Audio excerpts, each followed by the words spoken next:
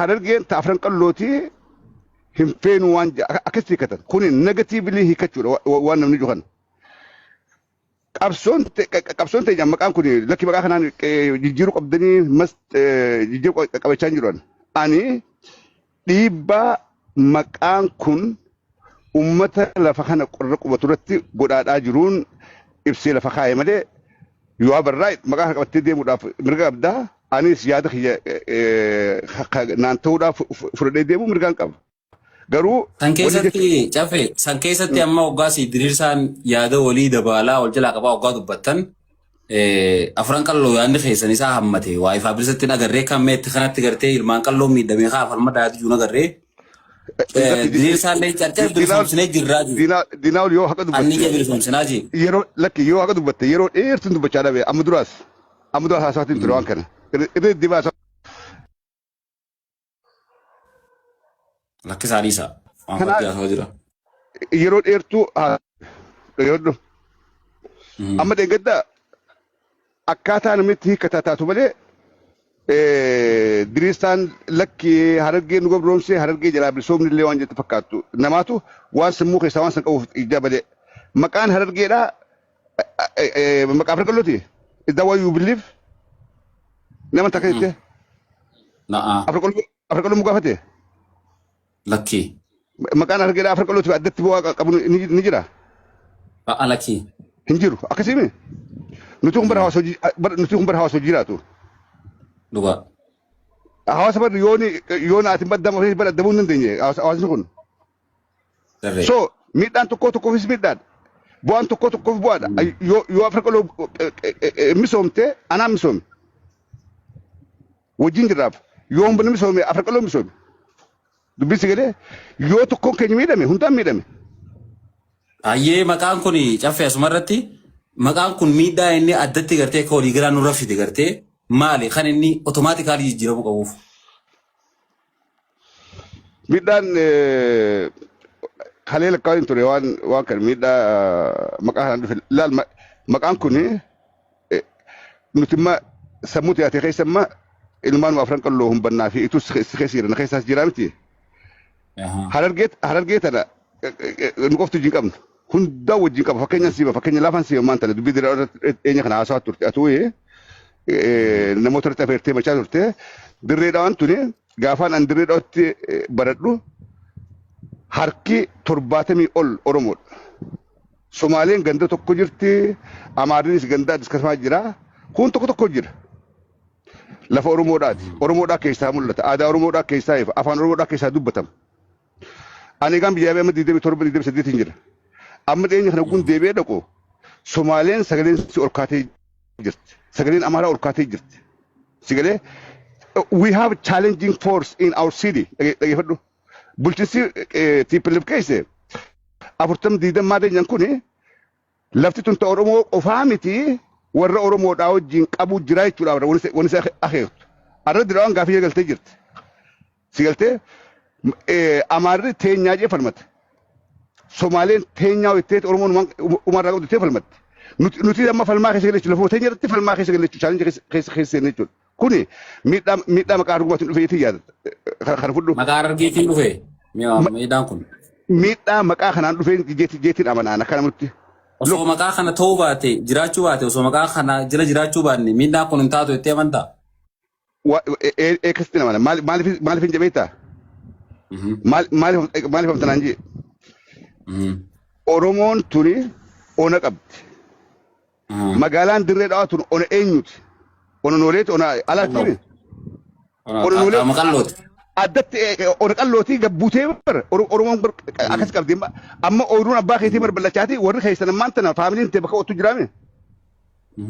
Ganda keessa jechuudha abbaa keetii yaamti akaakootii yaamti. Dirree dhawaan tuni ona Afran qalloo keessaa ona alaa fi nooleeti. Silaa maqaa isaaniitiin yaamuu jiraatti arraan tana. Onni Harargee keessaa kun maqaa Oromootiin yaamame ara kun hin dhuftu. Somaaleen gaafin kaaftu. Amaarri gaafin kaasu. Qeeteenya. Harargee irraa maqaa gosaa kanaatu humna qabeetteeti amantaa caffee kiyya kamma tugga. Maqaa gosaatii miti maqaa lammiidhaa bakka qaba. maqaalamii kanaatiitu maqaa harargee kanarra humna qabaatee roorroo sanfirraa kaasuu danda'a.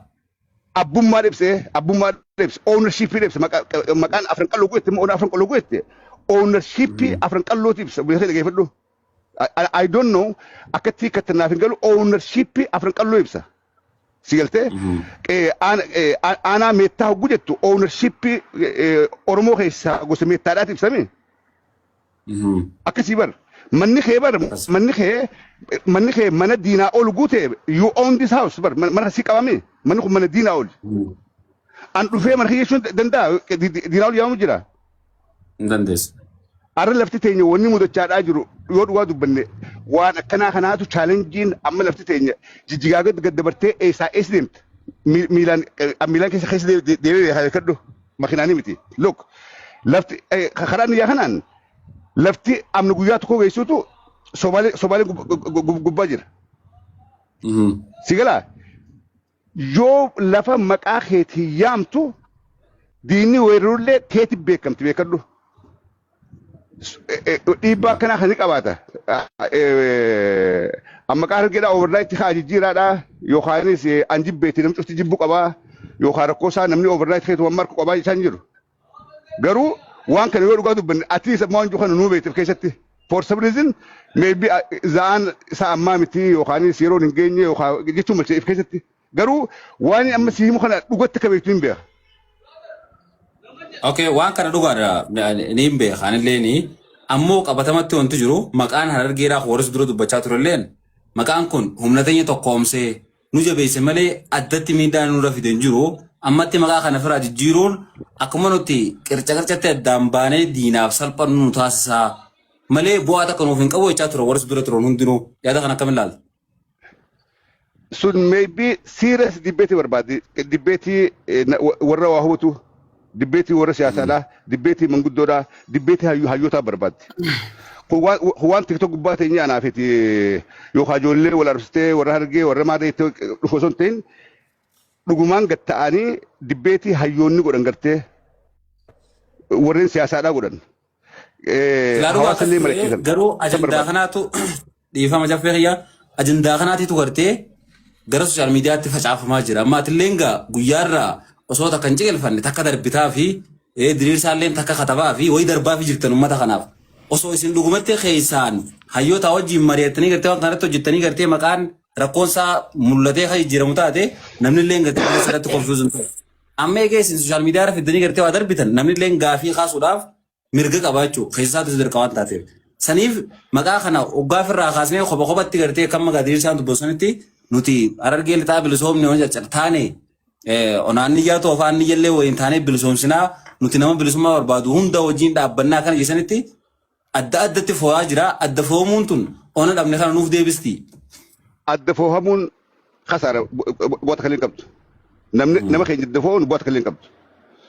Ani adda foo'amnaa adda baanaa waan jiru hin dhageenye diinaa ol dhugaa dubbachuudhaaf. Waan kana ilaalammaan akkaataa namni itti hiikkateetu hogguun ituun carcarri deebitee hogguu jedhan akka waan afran qalloon qoftiin harargummaa tana oongootutti namni hiikkata lakkii teenyaa ijoolleen teenya hubannaan qabdu. Beekumsatti qabdu. Eega gartee carcarri didde lakkii teenyaa nuuf falmataa akkasii miti. Hireen afran qalloo qabdu tan ituun qabdu tan hubanna qabdu beesoo walitti hidhaan. Nuti kun hawaasa wal keessa laaqamaati ilmaan kiyya ilmaan afran qalloo tan. Bisalee haati afran qalloo taati. Abbe ituudhata haati humbanna taati. We are so mixed. Sigaltee hawaasa kana addaan foo'u jiranii addaan foo'amuudhaa deemna addaan ba'uudhaa deemna hawaasa laaftutti addaan ba'u miti. Sigalee garuu ajandaan akkanaa kun guukee namni baaragaan karaa biratti hiikkatee haasa'uudhaan malchiisa. Baaraguu hin qabnu. Wanti nama rifachiisu laale amma dubbiin teetilleen kiliir ifaa wanti nama baareessu garuu bakka tana wanti jiru akkaataan gartee itti ibsamaa jiru barreeffama keessanii viidiyoo keessanii irraa illee wanti hubatamaa jiru atillee naasoo tokko keessatti gadaa itoo humbannaati gartee biyya Ameerikaa gartee Noorzi Ameerikaatti akka ajaa'ibaatti gaggeessuuf deemnaa achi booda marsaatti aantutti magaalaa Finfinnee Oromiyaatti gaggeessuuf deemnaa jette. Talamaffaa ammoo diriirsaalleen akka gartee carcar ona ituu bilisoomsinetti humbannaallee bilisoomsinaa waggaa jiru waan kana gartee fakkeenyaaf amma lafa carcarsan keessa aniyyaa qubataa let me finish ummata ifaasi godhu barbaada onna carcarsan keessa humbannaa qubataa ilmaan qalloo qubataa walumaan qubatanii garuu akkaataan inni waan sanatti ibsisanilleen ilmaan qallootii fi walumaa galatti hawaasa keessa jiraatu san hin ibsinee akka gartee kophattichi baasee lafa san qulqullumminaan ilmaan ituu qoftiirra jiraatanitti waan san ibsee atillee yaada san fiddeeti gadaa ituu humbannaa goona hoggaa jettu namni rifatee lafaa ka'ee baaragee jechuudha loonni jechuun dubbattus beeku faawara guddaa qaba. Yes, mee as gaadhu diinaal. Oromoon gadaa bee qabdi. Shani. Mee na lakkaa'e. Kan si komandoo fi raayyaa asii boo kana baatamu kan maadde. Siin baasee. Ayyee si komandoo. Raayyaa asii boo. Wayya bakuni gadaalaan. Adboos eeyyamee qabdi. Wayya bashan qabdi akka jaametti jechuudha. Inni halkaa'e. Sabboof goonaa. Si komandoo. Raayyaa asii boo. Macaatuu lamaa fi ituumban. Ituumban akkasiimi. Gadaan keenya gadaan warra bahaa kana kami ituumban. Akkasiimi. Eega gammachuu maqaan isaa barreessatti. Lakki akkaataa. No wayyaba diinaa waliin sodaatiin naaf isa waliin dhiis naaf taffee waliin dhiis. Adam dhaabbatu guddaa Adam firee ati mudur ijoollee dhaabbatu Adam. Lakki waa'ee seenaa irratti taffee keenya. Lakki dhaabbu beekan isin jaa. Ayyaa adeemka yoos. Look laal okay wajjin asii jira miti shanan keessaa akkaataa hayyoonni barreessan akkaataa seenaa Oromootiin wal qabatee dhufetti nuti gadaa itti humbannaati. Itti humbannaati bi heerkwaartariin keenya eessa? Bultumi. Odaa bultumi. Bireenchiin bulchiinsi odaa bultum eessa maasii fuguuge. Akkasimi. Kun duuba waan an uumee jee beekne yoo an uumne waan seenaan dhufe waan kitaaba meeqaan irratti barreeffame waan hayyoonni meeqaan san barreesse amma boronoo maal nu beekan ituumban nu beekan. Ayyee. Akkasimi. Duuba waan kana caffeen hin uumne maaliif koonfijinii uumtee akka waan an jeetti akka waan an uumee hawaasa kana fa'uu deemutti maaliif hiikama? Sigalee? Alaal dhugaadha wanti kuni maqaan gosaa kun nama barreessee jira. Jalqaba irratti illee osoo hin dhufin waan kaafame takkaa ture. Gaafa gartee afran qal'oo ta'amee bara kuma sagal. Gaafadha diinaa yeroo tokko caffee kana. Mee goonu diinaa maanta yeroo qabuti wanni goonu. Wanta kan bilisa alaan jira eenyu walla alaan jira garta. Halaqa caffee wayyabaa fi gadaa fi wayyaba garaagarummaa isaa nu himi. Laal. Gadaa wayyaba garaagarummaa isaa qofa nu himi. Obsa. Laal malaan dhaaf jira ni qabbana Ameerikaa tale Atlanta yoo ni su'aal hedduu qabbana alaan jira. Mana namni guutuu nama keessaa yaasuun hin taatu wanta kamitti seenaa eenyu diinaa'ul Badrii Kabiraa